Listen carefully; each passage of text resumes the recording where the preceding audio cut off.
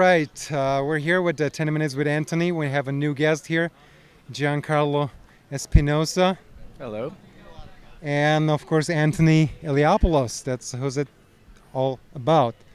It's nice to see Giancarlo. Giancarlo, a phenomenal talent, if I don't say so myself. He's a singer, photographer, whatever you need. He's the studio. We use his studio all the time, correct?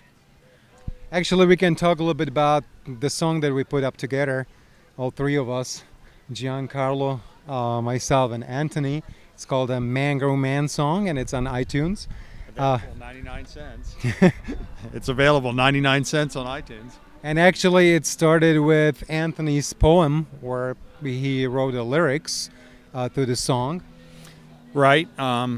Anybody who knows me knows that I do write poetry. I enjoy doing that. Okay, a little distraction. A guy fishing illegally here from the pier. That was the happiest thing I've heard today. Is when they told that asshole that he couldn't fish off the pier. Get him out of here. You got people are enjoying dinner and drinks here, and this guy's got just stinky, smelly bait sitting all over the thing. He's throwing line. I had a big one on the line. I was getting ready to scissor kick him in the water if he didn't stop. I mean, I was being polite, but when that guy came over and told him to get out of here fishing, I was happier than could be. Did you want to join on that? No, I actually thought the guy was going to kick us out for not buying anything.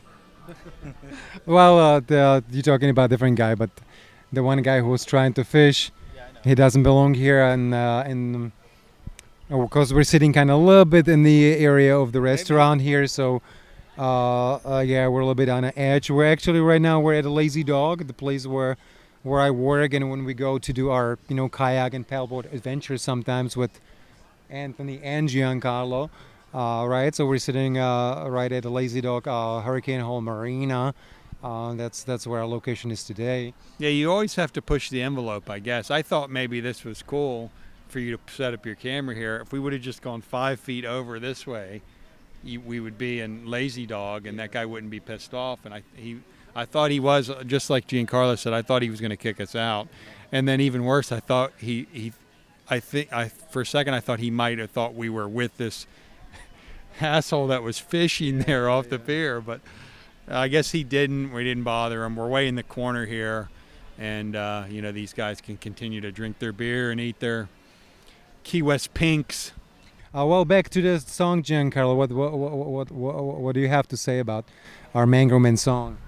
Well, Mangrove Man song is definitely a story.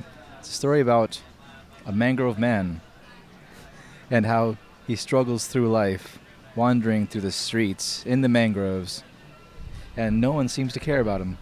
It seems a lot like part of your movie. It is part of the movie.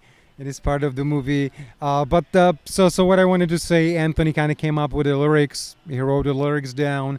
Me and Giancarlo, we got together. We put some chords together. Giancarlo came up with the melody, chorus and all that stuff. I put some, solos into it. So how easy was that? It was actually not too hard, We had some, very simple, basic chords, and I just sung something to it, and that's what stuck mostly.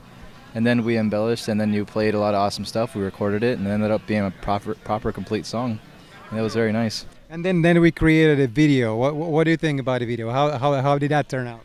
It was good. I liked it. I remember when you guys filmed the video, and I said, well, you'd asked me to come out and film with you, and I said, just use things from the movie because I don't want to, while I wrote the lyrics, you guys are the music behind it, and I mean, it would have been cool if I would have gone in the video, I guess, and maybe been on the drums or something like that. But I'm not. I just write the stories, and I give them to you guys, and I say, look, this is what I have in my head. It's about this guy. It sound like this, and then you guys do the rest of it, and you guys do wonderful work with that. I was floored when I heard, when you took my Mangrove Man poem and you guys made it into a song. I thought it sounded awesome, and we've gotten a lot of positive reaction, and the rest is history on that. So I agree. What about you? What do you think about the video? The video, I'm a perfectionist, so I thought we could have used a few trailers and video crews and special effects and the whole shebang. the one thing is, everybody else gets hot chicks in their video. How come you guys didn't put any hot chicks in the video? Could have had like them hugging the Mangrove Man or something. I just been like, I think it ties out exactly about to what Giancarlo said. We have no money, so no money, 99 cents. no crew, no hot chicks, right? It would have been nice to have some hot chicks, though. We gotta work on that next time. We actually do have some in the movie. We just don't want to bother them all the time. Plus, they always seem to go the other way when we come along. So we have to kind of, we only get so much time with them, and then they run away from us. So Okay, well, let's kind of talk a little bit about the movie. Originally titled Five Man, now A Bag Full of Money. It's pretty much wrapped up. So what do you think about the whole experience of doing that? well, I'll tell you what, that's the $1 million question, because I used to get all the time, that was the question. When is that movie going to be finished? When is that movie going to be finished? Well, it is finished, and we are going to have the special, what do they call that, the director's cut or whatever? Not the director's. So yeah, special screening we're going to have. It's at Shanakey, and I believe, what's the date again? It on the Facebook. It's on July the 2nd at Shanakey. So it's very cool. Before we submit our movie to the certain independent film festivals, one here in Key West, I think another one in Boston or whatever, and we're going to show the movie at the Tropic, downtown Key West, 416 Eaton Street. Before we do all that, we're going to have this special screening. We like to say for friends and family, but anybody can come, and we're going to have it at Shanakey there. You come there, you can eat dinner, have beers or whatever. We'll probably say a few things before the movie starts, and it's really cool, man. I mean, and then that's it, man. The movie's out, and then we're off to the next movie, I guess, right? Yes, off to the next project. Giancarlo here, he's done a lot of work on the movie as well. He's worked the camera. He's done some help with editing, music, and all that. So what do you think about you've seen a lot of it. You fixed some lights and colors on it. So you have a big input to that movie yourself. Do you think have you had some fun with it, or at least? Well, it's definitely a great experience. When we go to film the scenes, putting all that stuff together, moving things around, getting the scene together and filming it, and how it comes together at the end is just really amazing. When you're filming it, you don't think much of it. I was like, oh, it's just a few shots, but then you put it together and it looks awesome. Yeah, it's the same process with music and songs. Like, you start working on it, and it sounds like bare bones, but then you keep adding stuff to it, and then it sounds like a song, and nice, just like how we build those songs. It's really, it's the artistic process. Start out with a canvas, and it looks like nothing. Then you put a beautiful painting on it. Yeah, how did you like working with Giancarlo? I enjoyed it. He's like I said, he's very talented, and he I'm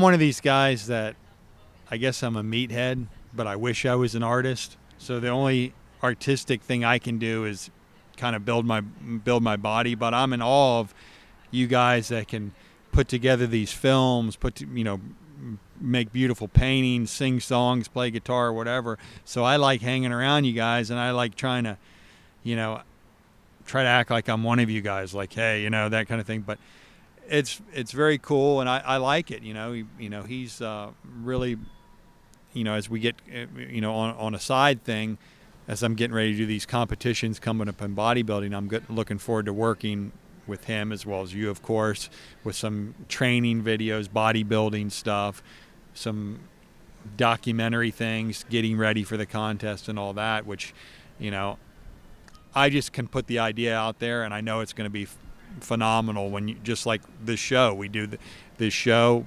You know, you stick the microphone in my face, I talk, and next thing you know, we got a creation that you do all the stuff on. So yeah, I love working with you guys. There's a big difference between your arm and my arm. Big difference. How many days a week do I have to work out to be close to being like you? Well, I think there's a big age difference between you and me as well. I mean, I've been doing this since the mid 80s. So I've been doing it for a long time, but certainly, you know, I always go back to this thing, genetics, all the time. A lot of guys that have the genetic makeup, you put them on the right training program, the right diet, they make phenomenal gains in a fast amount of time.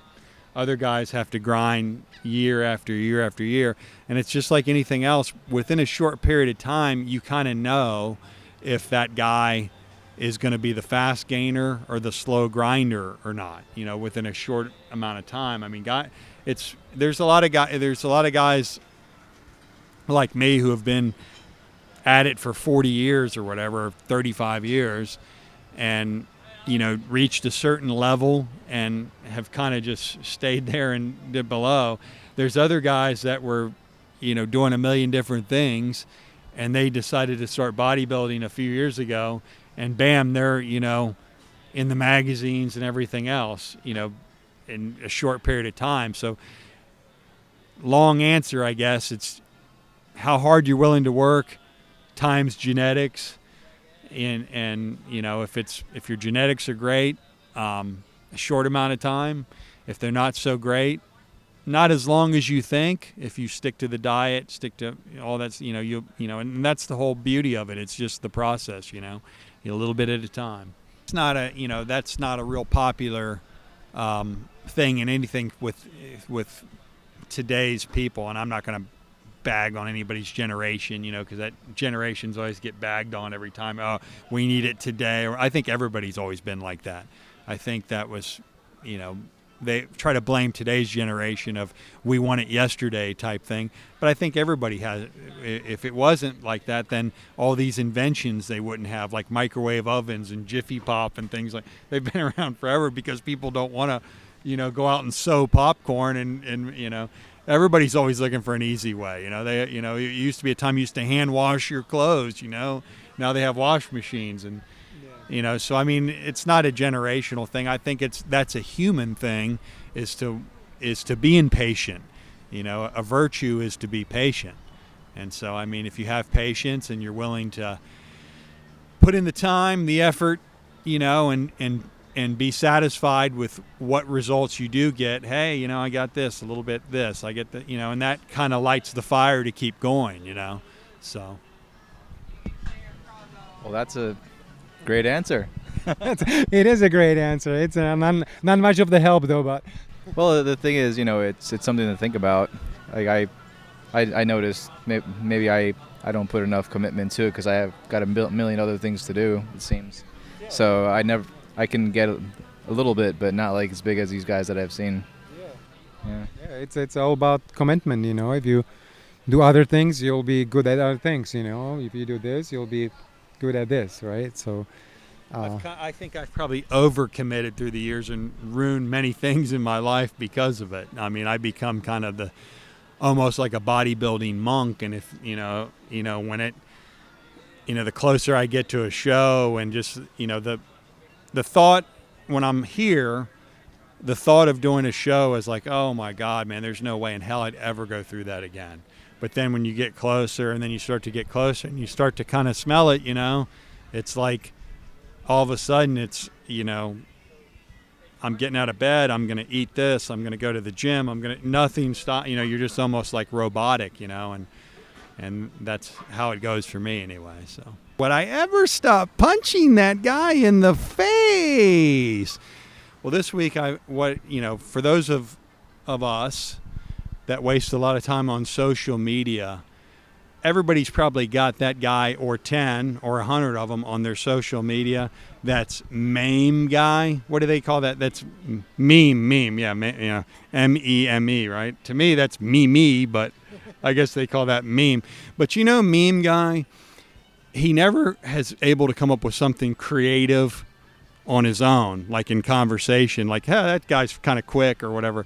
But no, he gets up at 4:30 in the morning before any of his friends do to search somewhere that meme, you know, of whatever his political affiliation is, whatever his, you know, whatever he's into, you know, to back his cause or to say something catchy and funny. And then I'm sure he, you know, 4:30 in the morning, he's searching something on dogs, something on, you know. So he posts that up there, and now he's in the shower, and he's coming out of the shower to check any likes. That thing have any likes? You know, any, you know, that's meme guy. He's not capable of his own creativity, but he sure as hell will get up at 4:30 in the morning searching that, you know, wherever you would search those memes at. I don't know where you would search him at. I mean, I doubt he's creating them himself, right? And Memester or something like that. yeah, so he creates them, and you know, he's always got to have that funny thing. He's not very funny. If you ever met the guy in person, I'm sure he doesn't have anything to talk about. But you put him behind that keyboard, buddy, and he's meme guy. And yeah, I wouldn't stop. I don't think I'd ever stop punching that guy in the face. That'd be interesting if you had like, you know, remember how you had Pokemon cards? You have meme cards, so that he can be funny in person. Yeah, here.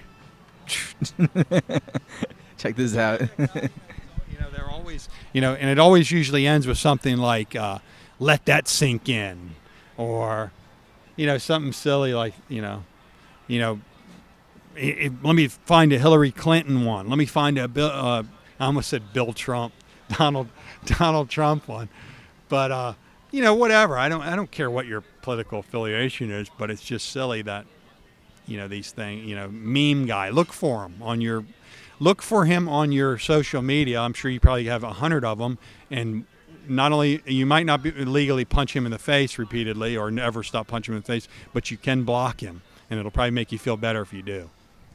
What do you think about that? If you don't like him, block him in the face. Let me do, you know, get up in the morning, shit, shower, shave, and search those memes. Yeah, I see a lot of memes, but it doesn't bother me as much as you guys, though. So I don't need to punch him in the face. All right, so that's all the time we had. It's been Anthony and Giancarlo here. Yeah, until next time. Until next time.